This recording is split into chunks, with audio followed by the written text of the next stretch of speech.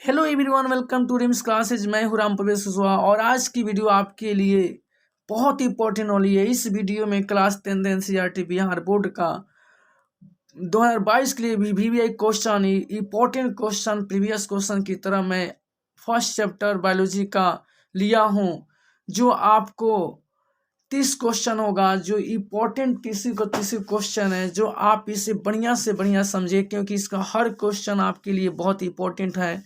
तो मैं आपका कीमती समय को ना बर्बाद करते हुए मैं अपने शानदार वीडियो की तरह आपको लेकर चल रहा हूं। जैसा पहला क्वेश्चन कह रहा है, पाचन की क्रिया पूर्ण होती है का ऑप्शन में दिया अग्नाशय में, ख बड़ी आंत में, ग छोटी आंत में, घ ग्रास नली में।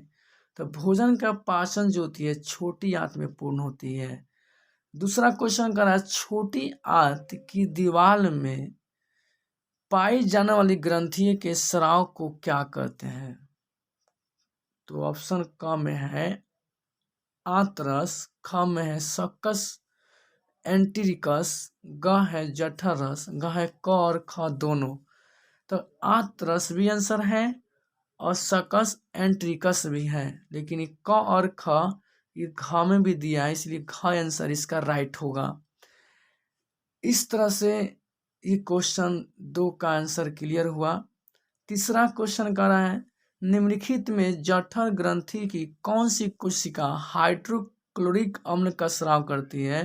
तो जठर ग्रंथि जो रस है ये आमाशय के रस है, जो 3 तरह का होता है, जिसका नाम है भित्तीय कोशिका, जाइमोजिन कोशिका, म्यूकस कोशिका। ये तीनों जठर ग्रंथि का ही रस है, मैंने कोशिका है।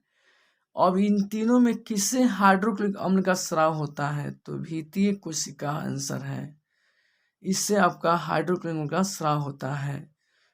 चौथा क्वेश्चन कह रहा है, मनुष्य के मुख गुहा में कितनी जोड़ी लाल ग्रंथियां पाई जाती है? 3 जोड़ी, जो आपका पहला है पैरोटिड ग्रंथि, दूसरा है सबमैंडिबुलर ग्रंथि, सबलिंगुअल लार ग्रंथि। तो इस तरह से आपका ये चौथा क्वेश्चन क्लियर हुआ।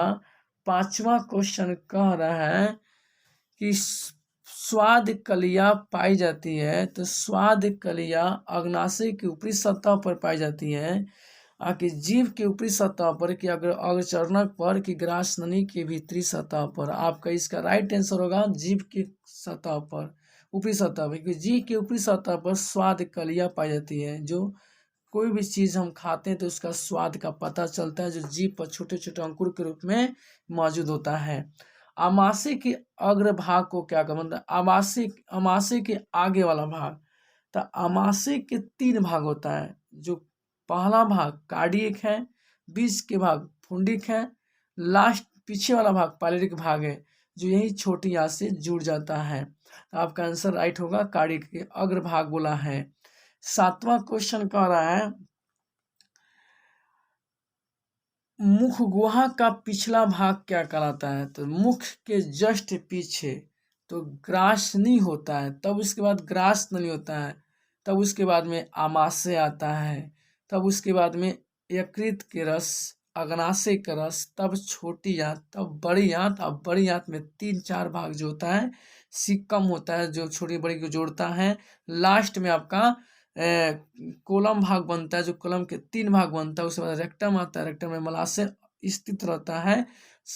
तो वह भाग आपको जो आहार नल की हम लोग का एक क्रमिक रूप से सजा हुआ रहता है, तो उसीलिए मुख गुहा जो आहार नल का सबसे पहला भाग होता है, जो आहार नल की लंबाई 8 से 10 सेंटीमीटर लंबी होती है। तो आहार नल का जस्ट पीछे ग्रसनी होती है। ठीक है, इस तरह से आपका 7वां क्वेश्चन क्लियर हुआ। 8वां क्वेश्चन कह रहा है कि छोटी आंत एवं बड़ी आंत के जोड़े पर पाई जाने वाली छोटी नली नुमा रचना को क्या कहते हैं? क ऑप्शन दिया सिकम, ख में दिया रेक्टम, ग में कोलन, घ में अपेंडिक्स। तो इसका आंसर राइट होगा सिकम। 9वां क्वेश्चन कह रहा है, मनुष्य के आहार नल की कौन सी रचना अवशेषी अंग है? पहला का ऑप्शन है सिकम, ख है अपेंडिक्स, ग है जेजुनम, घ है कोलन। तो इसका राइट आंसर होगा अपेंडिक्स। अपेंडिक्स एक ऐसा अवशेषी अंग है जो हमारे प्राचीन काल में ये पूंछ के काम में आया करता था, क्योंकि पूंछ में बुल्रबिन एंजाइम जो है उसमें मौजूद था, जो आवश्यकता पड़ने पर पर्याप्त मात्रा में नहीं पूर्ति हो पा रहा था यकृत के स्राव से, तो ये काम उस पर करता था।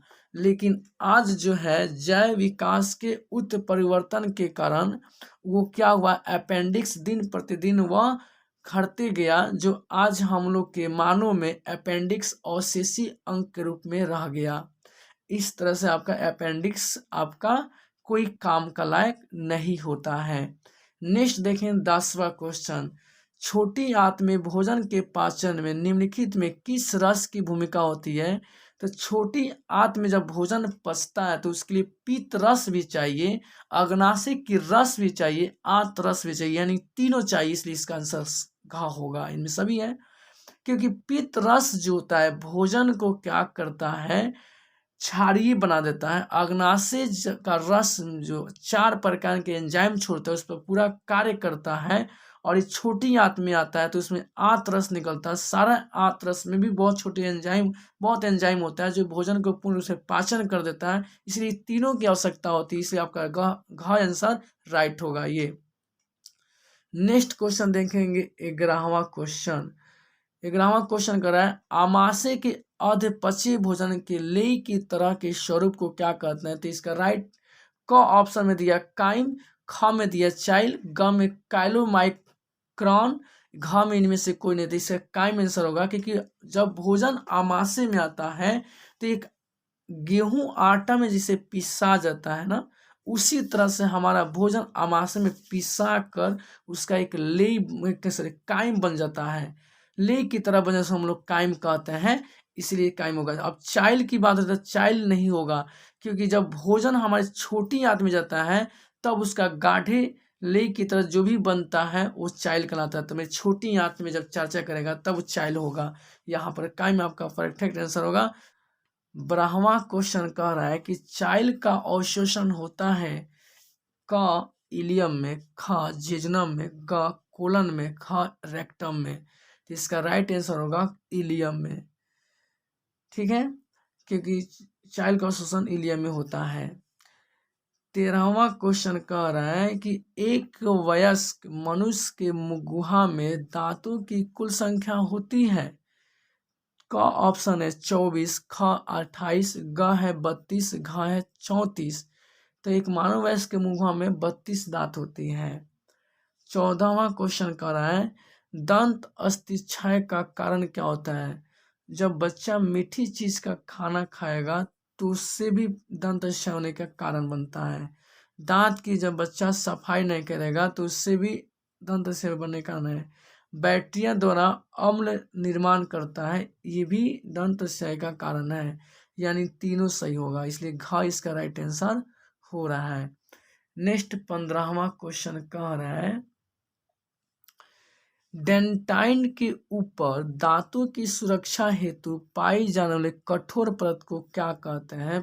क है इनाइमिल, ख है कैनाइन, ग है दंत पलक, ख है मोलर।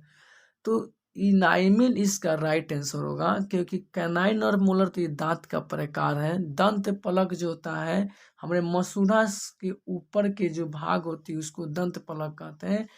इनामिल जो है हमारे डेंटाइन के ऊपर पाया जाता है, जो दांत की सुरक्षा करता है। ठीक है ना, इस तरह से आपका 15वां क्वेश्चन क्लियर हुआ। 16 में अगर मानव शरीर में सबसे बड़ी ग्रंथि कौन सी है, तो हमारा यकृत सबसे बड़ी ग्रंथि होती है। ठीक है, जठर ग्रंथि हमारे आमाशय में थी 3 भाग होता है, जो छोटा होता है। लाल ग्रंथि, आंतरंग ग्रंथि, ये सब छोटा होता है। यकृत कलेजी को कहते हैं जो बहुत बड़ा होता है।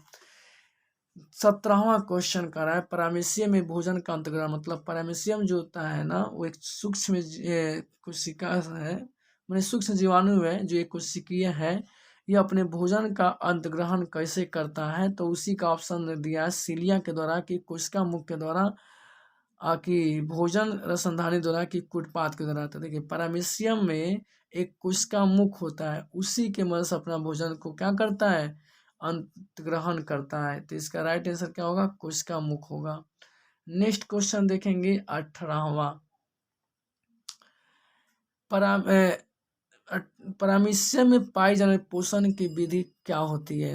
तो पहला ऑप्शन दिया है स्वपोषण, ख मृतजीवी, ग परजीवी, घ प्राणिसम, यानी इसका राइट आंसर होगा प्राणिसम। अमीबा परामिश्र में दोनों प्राणिसम होता है। मनुष्य भी इसी में आता है क्योंकि भोजन के छोटे छोटे टुकड़े तरल पदार्थ में यूज करता है, प्रयोग करते हैं, अपना घर भोजन को पोषण करता है। तो 19वां क्वेश्चन करा अमीबा का मुख्य भोजन क्या है? तो अमीबा का भोजन शैवाल के टुकड़े, ये भी खाता है अमीबा। बैक्टीरिया इसको भी ग्रहण करता है। डाइटम है कोशिकी, तीनों को यूज करता अमीबा, इसलिए इसका राइट आंसर घ होगा। निम्नलिखित में किसे प्रकाश संश्लेषी अंग कहते हैं? तो ये प्रकाश संश्लेषी अंग की एक बात आ रहा है। तो अगर प्रकाश संश्लेषी अंग होता तब उसका आंसर होता पत्ती। अगर प्रकाश संश्लेषी अंग का है तो इसका आंसर होगा हरित लवक। अगर प्रकाश संश्लेषी इकाई कहता तो इसका आंसर होगा क्लोरोफिल। तो आपका इसमें क्या बोला? प्रकाश संश्लेषी अंग बोला है, इसका राइट आंसर होगा क। नेक्स्ट क्वेश्चन हम देखेंगे 21वां क्वेश्चन। 21वां क्वेश्चन कह रहा है इनमें कौन सी रचना द्वारा अमीबा में भोजन का अंतग्रहण होता है? अमीबा के भोजन, जैसे कि पैरामीशियम के भोजन का अंतग्रहण कोशिका मुख के द्वारा होता है, उसी तरह से 21 में जो क्वेश्चन पूछा है अमीबा का भोजन का अंतग्रहण कैसे होता है, तो इसका होता है कूटपाद के द्वारा। कूटपाद एक ऐसा मतलब उसका अंग है, मतलब कोशिकीय उसकी ऐसी रचना है जो भोजन को क्या करता है, चारों तरफ से समेट लेता है और भोजन संधानी में उसको ला लेता है, जहाँ एंजाइम के ऊपर से उसका भोजन का पाचन हो जाता है। इस तरह से आपका कूटपाद भोजन के अंतग्रहण का काम में आता है। 22 नंबर क्वेश्चन कहता है निम्नलिखित में किस छिद्र द्वारा ग्रसनी ग्रासनली से जुड़ी होती है? तो ग्रसनी जो है वो आपका निगल द्वार से ग्रासनली से जुड़ी होती है, तो इसका राइट आंसर होगा निगल द्वार। 23वां क्वेश्चन कह रहा है ग्रहणी भाग है किसका है? पहला ऑप्शन है मुख गुहा का, दूसरा है मैंने ख ऑप्शन है। 23वां क्वेश्चन करा ग्रहणी भाग है क मुख गुहा का, ख अमाशय का, कि ग छोटी आंत का, कि घ बड़ी आंत का। तो इसका राइट आंसर होगा छोटी आंत का भाग। इसका राइट आंसर होगा छोटी आंत, ठीक है, ये छोटी आंत का भाग है। 24वां क्वेश्चन कह रहा है प्रकाश संश्लेषण इकाई है। पीछे हम 2-3 क्वेश्चन पहले हम देखे थे तो उसमें बताए थे कि अगर प्रकाश संश्लेषी अंग कहेगा तो होगा आपका पत्ती, प्रकाश संश्लेषी अंग कहेगा तो होगा हरित लवक, प्रकाश संश्लेषी इकाई बोला तो होगा क्लोरोफिल। राइट आंसर ग होगा। अब 25 में क्वेश्चन आ भी गया, प्रकाश संश्लेषी अंगक है तो हरित लवक की दोबारा क्वेश्चन पूछा गया है। 26 में कह रहा है प्रकाश संश्लेषण 26 नंबर क्वेश्चन कह रहा है प्रकाश संश्लेषण प्रक्रिया का मुख्य उत्पाद क्या है? ग्लूकोज, ऑक्सीजन, जल और कार्बन डाइऑक्साइड। तो इसका राइट आंसर होगा ऑक्सीजन। ठीक है दोस्तों, इस तरह से मैं उम्मीद करता हूँ कि अच्छे ढंग से समझा सका। और देखिए नेक्स्ट क्या कह रहा है 27वां क्वेश्चन, वह विधि जिसमें जीव पोषक तत्वों को ग्रहण कर उनका उपयोग अपने वृद्धि और जनन करता है तो उन्हें क्या कहते हैं? तो हम लोग उसको पोषण कहते हैं। नेक्स्ट क्वेश्चन कह रहा है 28वां जीवन की उपापचय क्रियाओं के संचालन के लिए निम्नलिखित में कौन सा आवश्यक है? तो देखिए यहाँ एक क्वेश्चन बहुत इंपॉर्टेंट है। मान लीजिए जीवन है हमारी, तो इसमें उपापचय क्रिया होगा, जब हम भोजन करेंगे उसका उपापचय क्रिया होगा। तो इस संचालन की क्या क्या आवश्यकता होगी? जब संचालन करते हम लोग को लिए क्या क्या आवश्यकता है? निरंतर शरीर में 28वां क्वेश्चन कह रहा है कि जीव की उपापचय क्रियाओं के संचालन के लिए निम्नलिखित में कौन आवश्यक है? क निरंतर ऊर्जा की आपूर्ति, ख शरीर की वृद्धि, ग टूटे फूटे ऊतकों की मरम्मत, घ इनमें से कोई नहीं। तो इसका राइट आंसर होगा घ। क्यों होगा घ? क्योंकि जीवन में जो उपापचय क्रिया होता है जब उसका पाचन की क्रिया हो जाएगा तो उसका संचालन किस में होता है? जब मेरा शरीर का टूटे फूटे अंग होगा उसको संचालित करेगा, हमको लगातार ऊर्जा चाहिए उसको संचालित करेगा, शरीर में वृद्धि जरूरी है वो संचालित करेगा। तो इसलिए आपका राइट आंसर घ होगा। नेक्स्ट क्वेश्चन कह रहा है 29वां क्वेश्चन, रक्षी कोशिकाएं कहाँ पाई जाती है? पौधे के जड़ में, कि खा में दिया पत्ती में, कि फल में, कि फूल में? तो इसका राइट आंसर होगा पत्ती में। रक्षी कोशिका पत्ती में रहेगी, जिसको खुला स्टोमाटा बंद स्टोमाटा को सुरक्षा करके रखता है, वही रक्षी कोशिका कहलाता है। नेक्स्ट क्वेश्चन देखेंगे, पेप्टोन पेप्टाइडस को निम्नलिखित में किस रूप में तोड़ देता है? तो इसका राइट आंसर का ऑप्शन दिया एमिनो अम्ल, ख दिया वासाम्ल, ग दिया पॉलीपेप्टाइडस, घ दिया न्यूक्लियोटाइडस। तो इसका राइट आंसर होगा ग। इसमें आपका पेप्टोन पेप्टाइडस को बदलता है, तोड़ता है, तो किस में तोड़ता है? पेलीपेप्टाइडस में तोड़ता है। इस तरह से मैं आपका बायोलॉजी का फर्स्ट चैप्टर जैव प्रक्रम का 30 क्वेश्चन क्लियर किया।